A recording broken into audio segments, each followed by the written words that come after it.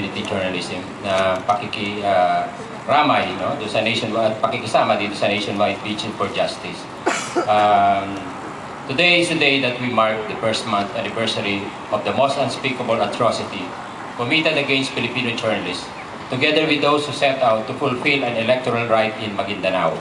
A simple enough exercise that turned out to have far-reaching implications for human rights, the rule of law, and democracy.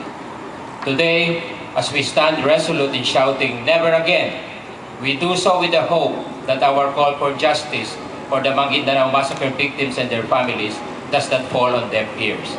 Today, even as we note with some measure of optimism that the wheels of justice are finally moving in favor of justice, we should not lose sight of the greater challenge of digging out the roots of the monstrosity that was spawned in the first place by a culture of impunity, complicity, and complacency.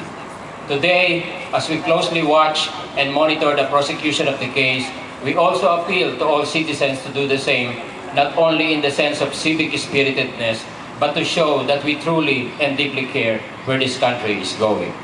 Today, we call on those in the media and those who are self-willed by the functioning of a professional and truthful media not to waver in calling for greater governance accountability. Today, we say we will not cease to call attention to wrongdoing, to the abuse of power, to the different manifestations of corruption, to the pollution of politics, and the undermining of the electoral process.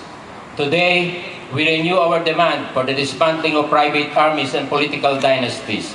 Today, we mark the beginning of the end of the terrible nightmare that for so long has been conjured right before our very eyes by warlocks and demons disguised as leaders and messiahs of political, economic, and social deliverance. Magandang gabi po.